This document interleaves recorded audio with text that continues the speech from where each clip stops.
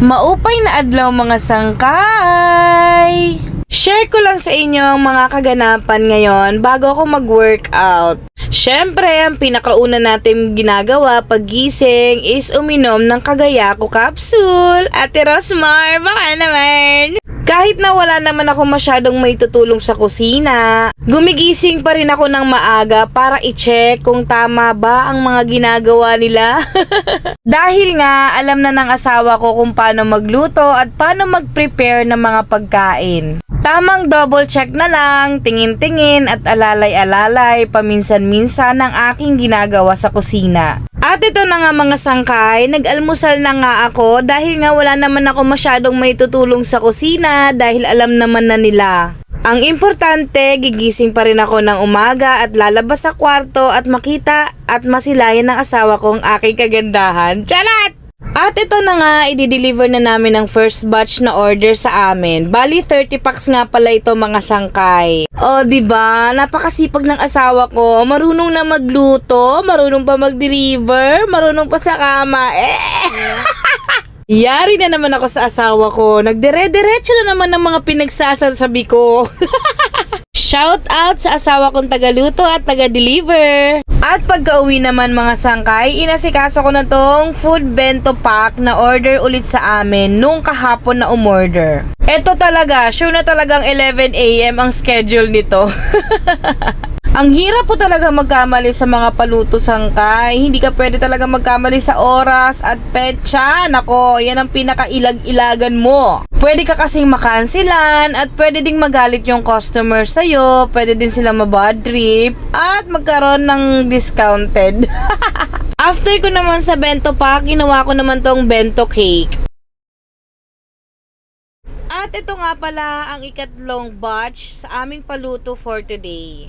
At ang pinakalas naman ng aming 20 packs with bento cake and 2 desserts. Nagbago nga yung isip ni customer at ipipick up na lang daw niya yung 20 packs niya with bento cake and with desserts. Kaya ang aming i-deliver is yung bento pack lunch sa St. Peter.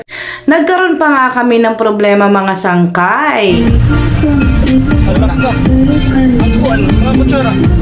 Ay, Diyos ko, Marie. Siyempre, action agad mga sangkay. Kailangan wag babagal-bagal dahil nandito na kami sa location. Nagpa-Maxim agad kami, agad-agad talaga. Shout out sa Maxim Delivery ng Tacloban. Napakalaking tulong nyo talaga kapag mga ganitong sitwasyon. Maraming salamat. Buti nga na paaga-aga yung pagpunta namin sa location kasi nga 2 delivery ang dideliveran natin. Kailangan talaga kapag mga paluto, advance tayo para kung sakaling may aberya, nagagawan pa natin ng paraan, di ba? Kung sakaling mapanood man to ng aming client, maraming salamat po. 2 magkasunod nga itong order niya na puro bento pack lunch. And finally, nandito na rin pala kami sa aming last na delivery. Hi! Salamat! Naitawid din namin ang araw na ito. 4 na paluto sa isang araw. Maraming salamat! Siyempre, kailangan palagi natin kasama ang ating mga bulinggit dahil walang mga bantay. At siyempre, diretso naman kami agad-agad papuntang grocery para naman sa susunod na araw. I mean, kinabukasan ng mga paluto. O diba? Saya-saya! At dito na nga kami inabutan ng lunchtime ng aking family. O diba? Literal na kain sa labas.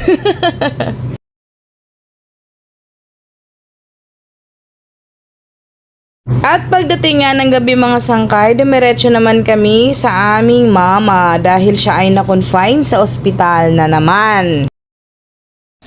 Ang sweet-sweet nila, parang di sila mag-away.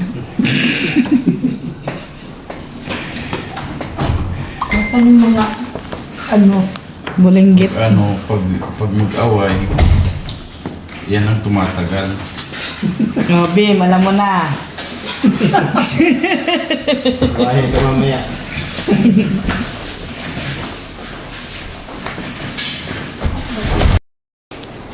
Nakatubol tuloy ako. Mama, Papa. Kaway-kaway sa aking minivan. Ano yung? Kawit ko ha? At eto na naman, napasubo na naman tayo sa makasalanang gawi. Yung minsanan lang kayong nagkakasama pero food trip talaga ang trip nyo. Ay, Diyos ko po, ang sarap naman yan. Nang hinayang ako sa aking workout kahapon. Mukhang kailangan kong bumawi ng mas matagal sa treadmill today. Yung uuwi na lang sana kami, kaso yung kuya ko bigla namang nagbiglang liko. Wala na kaming palag mga sangkay, ganun talaga. Kitang-kita nyo naman sa laki namin, di ba? At pag uwi nga mga sangkay, konting pahinga-pahinga, ligpit-ligpit. At bago ako mag-treadmill mga sangkay, pinadede ko muna yung anak ko at pinatulog ko. Para nga kasi walang magulo mga sangkay. Kasi yung anak ko sobrang iyakin niyang pag wala ako sa tabi. Diyos ko! 10:30 na nga ako nakapag-treadmill mga sangkay. Huwag na kayong magtaka. Dahil tayo ay padede mama, sa umaga naman, hindi naman pwedeng iwan yung anak ko kasi sobrang iyakin talaga niya. Tapos busy pa sa umaga sa mga paluto, kaya wala tayong time kundi gabi lang talaga. Mas maigi ko na nga rin ito mga sangkay kasi mas nakakapag-concentrate ako at saka pagkatapos ko mag-treadmill, matutulog na lang ako.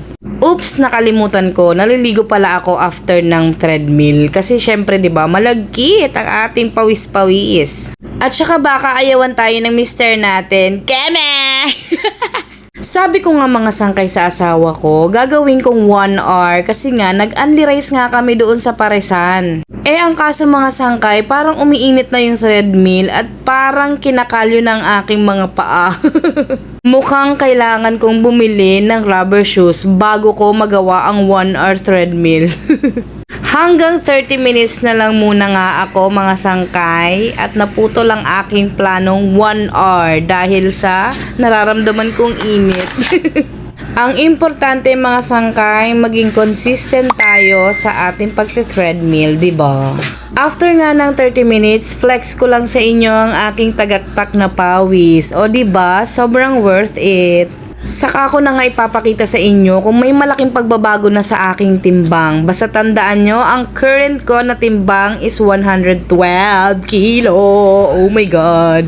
O diba, nakakawindang. At syempre, hindi ko kakalimutan, uminom ng aking favorite kagaya ko ni Ate Rosmar. Baka naman. O siya, hanggang dito na lang ang ating video. Kung umabot ka dito, maraming salamat. Yun lang, bye! Please support our small business. Maraming salamat po. Yun lang, bye!